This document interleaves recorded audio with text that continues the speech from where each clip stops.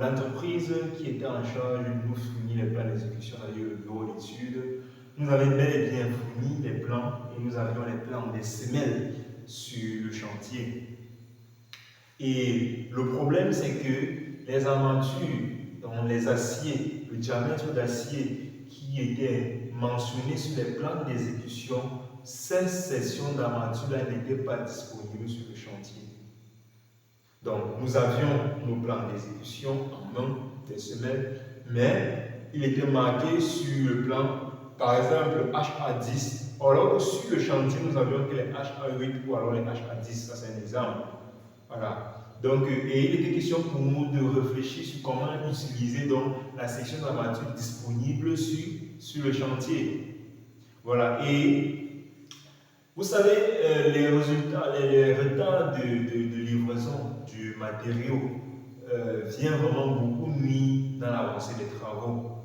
Et ça fait en sorte que ce sont les ouvriers qui ne travaillent pas et on ne parvient pas vraiment à rentabiliser, c'est-à-dire à atteindre les objectifs qu'on s'est fixés, les objectifs hebdomadaires et mensuels. Parce que vous savez, les travaux se font sur des délais.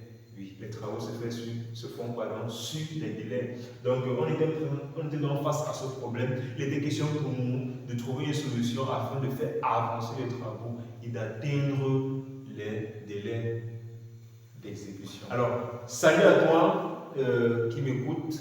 Moi, c'est Coach Yannick, ingénieur des travaux de génie civil et formateur sur plusieurs logiciels de génie civil. Alors, si tu es nouveau, n'hésite pas à t'abonner, à liker et à partager la vidéo. Et surtout, active la cloche de notification pour ne manquer aucune de nos vidéos. Alors, je disais que nous étions face à ce problème, il était question pour moi alors de le résoudre. Et cette formule que je m'en vais vous présenter est applicable sur tous les ferraillages en forme de tuyaux soudés. Voilà, les tuyaux soudés, ce sont des armatures, un assemblage d'armatures sous forme de grillage comme ceci. Voilà, donc c'est ça qu'on appelle les tuyaux soudés. Et justement, le ferraillage de la semelle est sous forme de tuyaux soudés. Voilà, ce ne sont pas les tuyaux soudés, n'oublions pas ça, mais c'est sous la forme des tuyaux soudés. Donc, ce qui se passe, c'est que nous allons passer donc à la formule.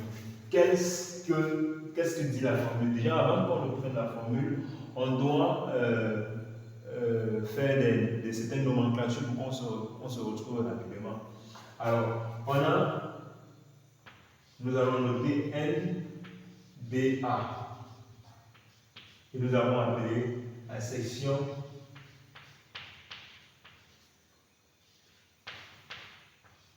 d'armature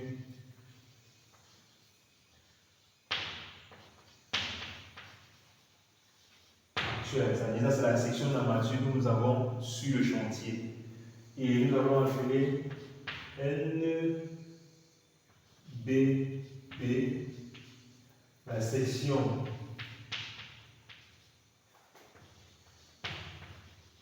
d'armature précédente. Ça veut dire, c'est la section d'armature que nous avons sur nos plans d'exécution, c'est-à-dire les plans qui nous ont été fournis par le bureau d'études. Et nous avons AS1 qui représente la section qui représente l'air ou la surface. Oui. Pardon, ici on va dire que c'est le nombre, hein, le nombre. Le nombre, et ici, le nombre. Donc, le nombre. Et ici, on va dire que c'est la section d'armature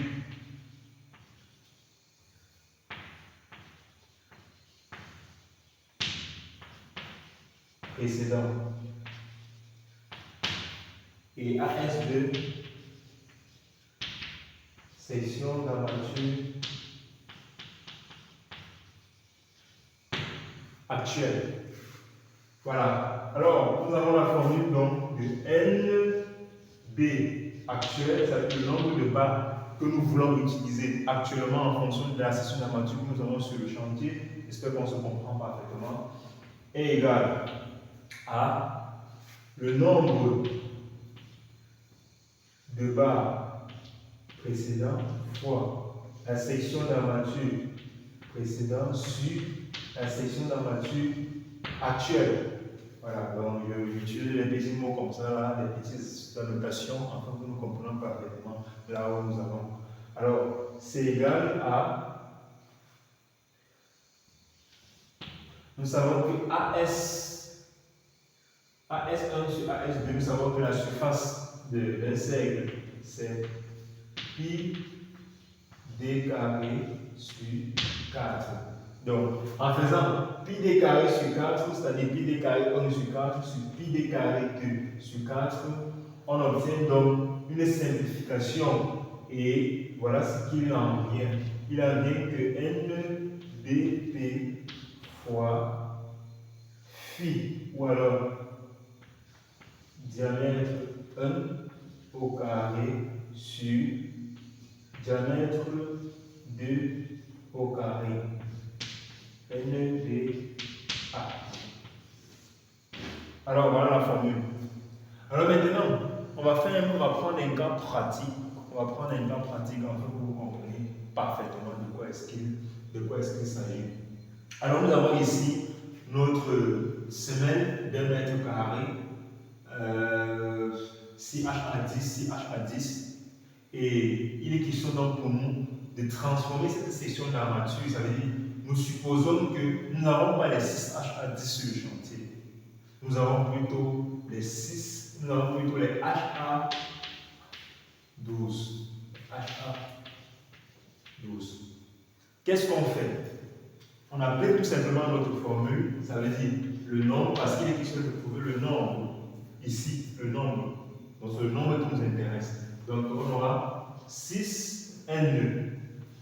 B actuel sera égal à le nombre précédent qui est 6. 6 fois le diamètre que nous avons sur notre plan d'exécution, ça veut dire nous avons dimensionné une semelle d'en haut et voilà la section d'armature que nous avons obtenue. Mais cependant, nous ne l'avons pas sur le chantier. Nous voulons donc substituer 6H à 10 plutôt à 1H à 12. Donc, ça va faire 6 fois 10 au carré sur 12 au carré, ce qui est donc égal à 4,16 fois NBA égal à 4,16. Donc on pourra dire que NBA égale à 4. Oui, 4. Donc, ceci revient à dire quoi? Ceci revient à dire que cette section d'armature 6H à 10, si on met plutôt les 4H à 12, on a fait le même travail. Ça veut dire l'acier va travailler de la même manière, sans problème. Vous comprenez? Donc, c'est assez clair. Donc, je résume en disant ceci.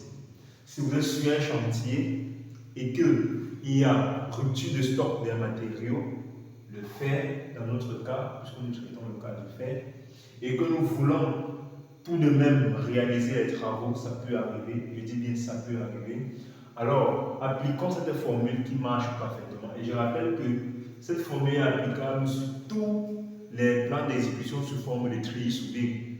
On voit là les plans d'armature pour les planchers à dalle pleine et également pour les dalages, et les semelles filantes et bien d'autres choses encore. Vous voyez? Et donc, si vous appliquez cette formule, alors vous pouvez facilement substituer les sections d'armature. Ça veut dire, même si vous aviez plutôt les HA12, les HA8 sur le chantier, alors que ce sont les HA10, il est possible de substituer. Vous voyez? Et maintenant, dans le cas des HA8, on va obtenir plutôt un nombre important d'acier ou d'armature. Par contre, sur les HA12, c'est réduit.